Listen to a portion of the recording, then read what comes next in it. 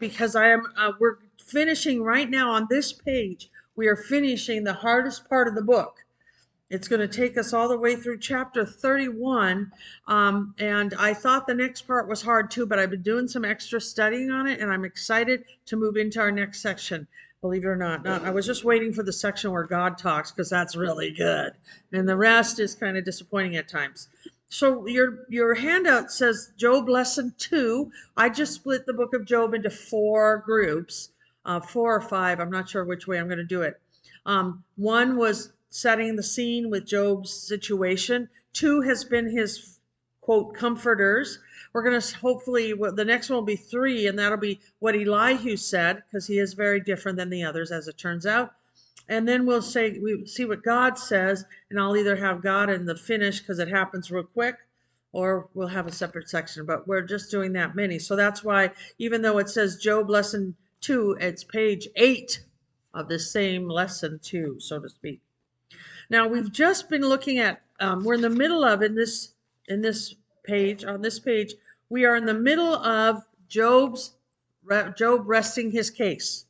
He's heard everybody else. He's actually kept answering them, and their speeches have gotten shorter and shorter, and Zophar didn't even make a third speech.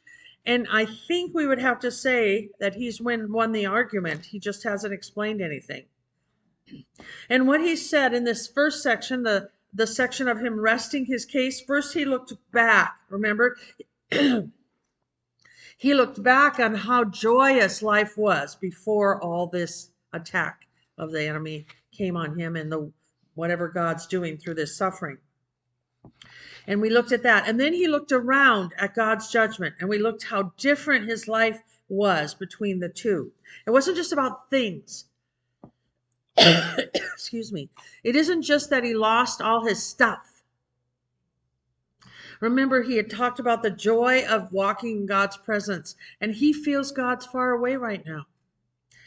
And then he had the joy of being respected by others, and now he's not. He had the joy of helping others with his finances, and he can't do that anymore. He had the joy of confidence in the future. Things would work out because he was provided for and God was with him. And the joy of being well received. His words, when he would speak, people would listen. But he's lost all that. He doesn't have respect. He doesn't feel God's presence. He's no longer honored. He can't help people because he can't hardly help himself. He feels like he has nothing to live for. So it isn't just about the stuff. It's all about this sense he has, and his feelings and his thoughts and the things. So now we're going to see he looks ahead. He looks ahead for God's justice. He looks ahead for God's justice. And this is in chapter 31. He's looked back, he's looked around, now he's looking ahead. So that's your first blank. He looks ahead for God's justice. And here's what he starts doing. He starts explaining why he doesn't deserve to suffer. Remember, Job is blameless, but he's not perfect. I'm not even sure. I think that his reaction to all this is perfect, and we'll see. You'll see later, just a little secret. He confesses and repents of his attitude all this time. We'll see that later. But first he starts by saying this. He says, Job, the man of integrity. I am a man of integrity, he says. And here's how he says it in verses of chapter 31, verses 1 through 6, and then, or 1, 2, 5, 6, and 9. They're just the ones that go along this topic.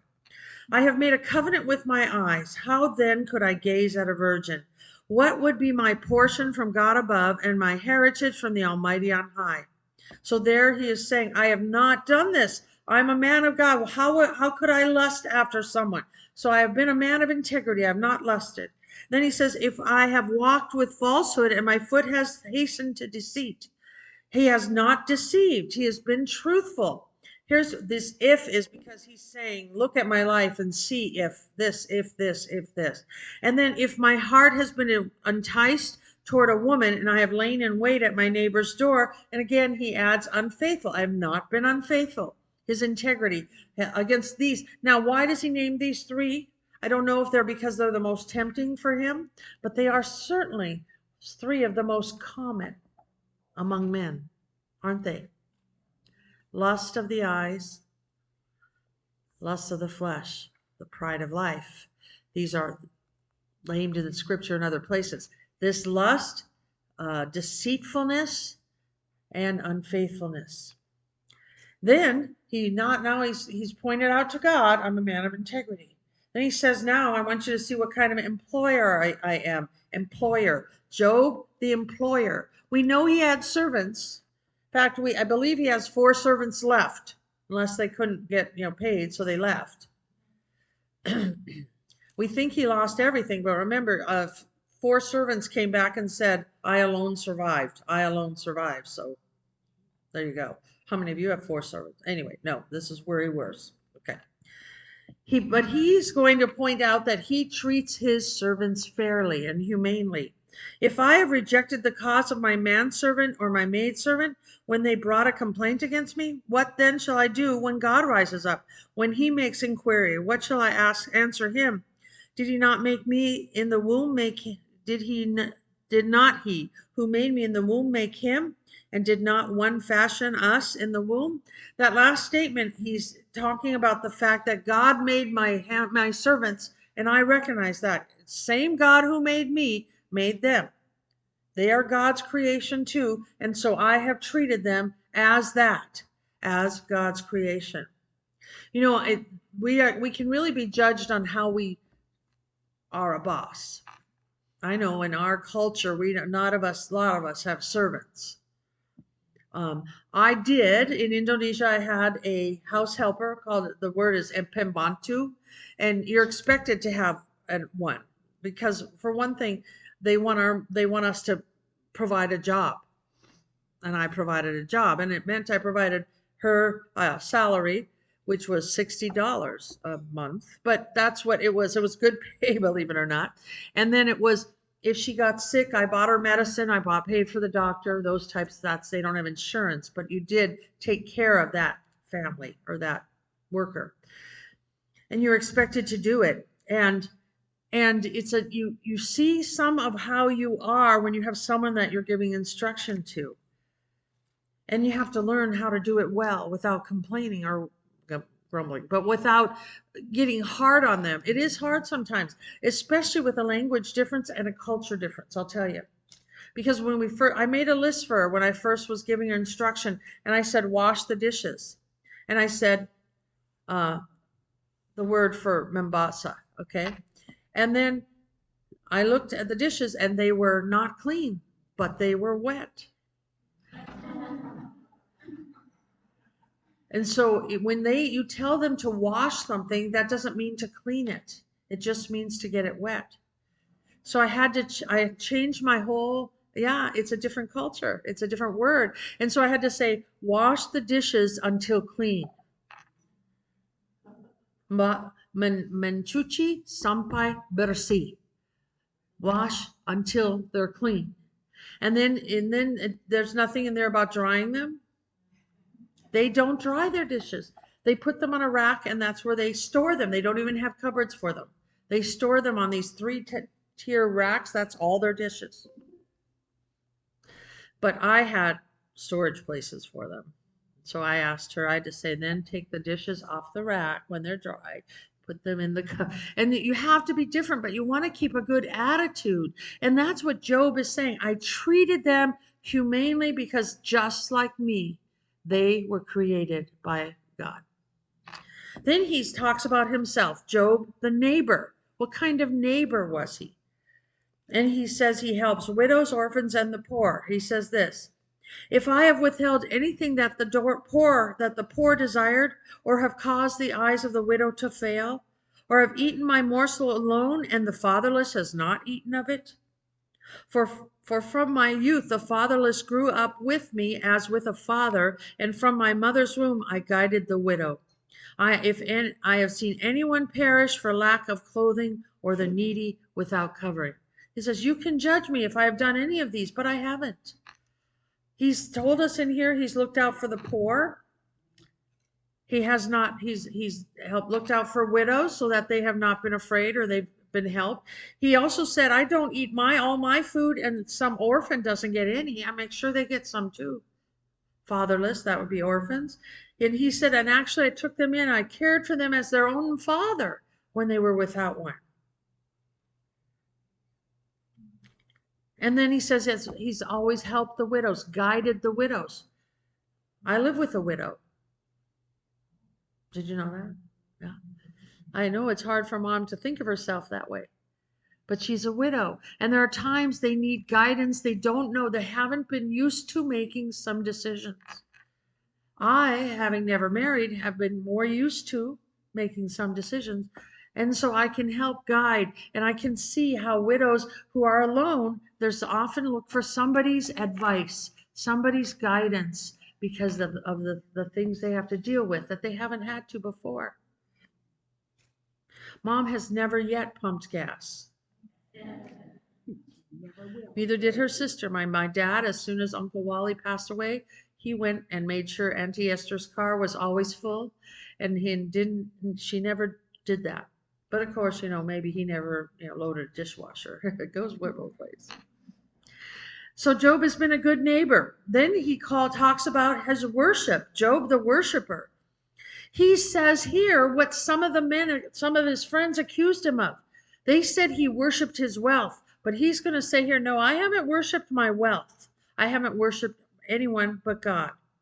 I haven't also made myself God or my wealth. Here's how he says it.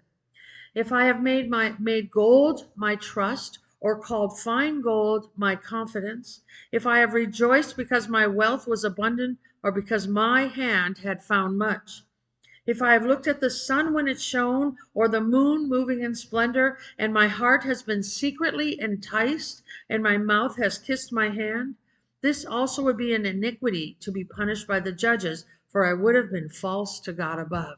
He says here, I haven't worshiped anything. I haven't worshiped my wealth. I haven't worshiped myself. I haven't worshiped the sun. I haven't worshiped the moon. I haven't worshiped anyone but God, because that would be false to God. And when it says, I haven't secretly wanted to worship them and kissed my hand, that was on one of the ways they worshiped the things in the heavens. They would somehow kiss their hand. And that ritual, he's saying, I've never done that. What those who worship apart from God. I've only worshiped God. And finally, Job the steward, meaning he has used what God gave him wisely and kindly. If I have rejoiced at the ruin of him who hated me, or exulted when evil overtook him, I have not let my mouth sin by asking for his life with a curse. If the men of my tent have not said, who is there that has not been filled with his meat? The sojourner has not lodged in the street. I have opened my doors to the traveler. He hasn't used his money against someone that who hates him. He hasn't put a curse on anyone. He has opened his door. If there's a sojourner, a traveler, he's given them a place to stay, which was very important, more important than it is to us. It was very important in these days. Do you ever wonder why? I'm going through the Bible chronologically. If you did, how many are doing it with the church schedule? Then today, whether you've read it or not yet, it is about Lot. And Lot, remember the angels that looked like people, so he didn't know they were angels. They came and they said, oh, we'll sleep in the town square. And he said, no. And he took them in.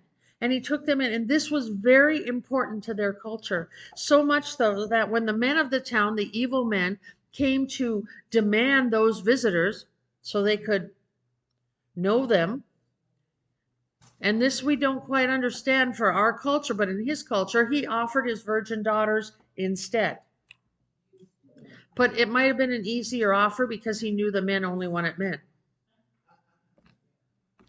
But the reason that happens is because it was so important in their culture that if you took someone into your home, you took care of them. You were responsible for them. You protected and provided for them. And so that's what he's saying. That's what was important to him, that he mentioned that. So then, I want to just close this with a little reminder whenever we have our arrows, right? Here's one here, and it's on the other side, but it's a thing we need to remember. Beware, beware of clothing ourselves.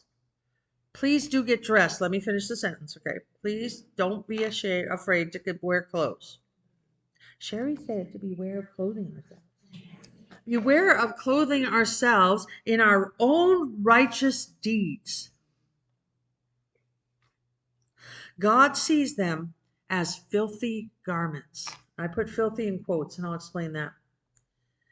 Beware of clothing ourselves in our own righteous deeds. God sees them, our own righteous deeds, as filthy garments. So we need to watch out for that. Here's why I have filthy there. The verse that we use that term, all our self-righteousness is as filthy rags, is from older versions or other versions. This version that we use calls it all our righteous deeds are like a polluted garment. So that I'm just using the term filthy garment. It's basically the same. And here's what Job is doing here. And I realize he's defending himself, and I'm not judging him as such, but I do want to see that what he's trying to do is to show God his goodness by his righteous deeds. And while this is maybe a place for him to do that, we need to be very careful that we don't clothe ourselves with our righteous deeds and think somehow it covers our sins, or that it somehow impresses God. Perfect God, him, holy God, him. Because he sees right through it, and he knows they're just like filthy garments because I know what's really underneath. And so we need to be careful that we don't look to our righteous deeds as what justifies us. What does justify us? Jesus, the blood of Jesus, only and only that. Doesn't mean we don't have righteous deeds, but we want to be careful we don't look to them to hide our, excuse the expression, nakedness from God, because he knows what we're really like. So then now at this point, Job makes a final plea. Here's his final request. This is what I really want. This is what I want. All this talking is what I'm looking for. I've heard what they've said. They're not right. I'm right in God's eyes. I've lived right in God's eyes. This is all I want. This is what I ask. First off, he wants to know what the charge against him is. He wants to know. He says, "Oh, that I had one to hear me. Here is my signature. Let the Almighty answer me. Oh, that I had the indictment written by my adversary. Surely I would carry it on my shoulder. I would bind it on me as a crown." He says, "Here's my signature. Fill it out. What did I do? What's my charge?" Now, I know what's coming. I know what I'm going to teach after this, but now that I read this, knowing what I'm going to teach, I would have to say it's quite disrespectful. Especially saying to God, "Let the Almighty answer me." And that's what he's saying. He's saying, "Tell me what am I suffering for? What are you charging me with? Tell me. I'll wear it. I'm not going to deny it, but I want to hear it." His second plea is that I can state my case back, that he can state his case of innocence before God. I would give him an account of all my steps. Like a prince, I would approach him. There's a little bit of pride, you think? One, in his innocence, account of all my steps like a prince. But here's what he wants to say. He says, I want to know what my charge is, and then I wanted to be able to explain that charge is not right, that I'm innocent. And this last one is just, I read it, and it's like it's an afterthought. Oh, by the way, I forgot to tell you one more thing I'm good at. So I'm calling it an afterthought. The first two things are what he's pleading for. What is the charge? I want to not only hear the charge, but be able to state my innocence against that charge. Which, how do you know if you don't know what the charge is? But anyway, he thinks he knows. Then as an afterthought, he is also good to his land. Now, I don't know why, but I thought it was interesting that he suddenly said, I told you I'm a good man of integrity, an employer, a good neighbor, good worshiper, a good steward, but I'm also want you to know that I'm kind to my land. He says it like this: if my land has cried out against me and its furrows have wept together, if I have eaten its yield without payment and made its owners breathe their last, let thorns grow instead of wheat and foul weeds instead of barley. So he's been good to his land. They're supposed to take care of their land, but it sounds like he forgot to mention that. But then these words, the words of Job are ended. I rest my case. And here at this point, Job was sure if God would speak, he would vindicate Job. He would vindicate him. In the same place, his friends were sure that God would condemn him. If God did come down, you'd be in trouble, because he would condemn you for what your attitude is, and that something in your life. Because remember, they firmly believe that only the evil suffer like that. Only wicked people. But God was silent. Silent. God was silent. God's silent. I think God's silent was, number one, God's answer to Job's friends that they were wrong about Job. He didn't affirm them. He didn't tell them they were right. His silence saying, you're not right. You're wrong about Job and about God. And they were. We know they were. They had some half-truths, but they were wrong. But God's answer to Job is that God's answer to Job, that his silence was his answer to Job, that the God of the universe is not at Job's beck and call. I looked up beck and call. It's two words, beck, B-E-C-K, and call. Some of you, like me, I wonder, do I always say that wrong? Is it really beckoned call? But it isn't. It's beck and call, and we just don't know what the word beck means. So, but it's basically this: God isn't just waiting and oh, if Job wants me, I'll be there. If Job needs me, I'll come in. He wants to talk to me, here I am. We do not command God. If we are going to boast, and I believe that that's been part of what Job has done, the men had done the same, his friends. They had boasted too. They had boasted that they knew better than Job.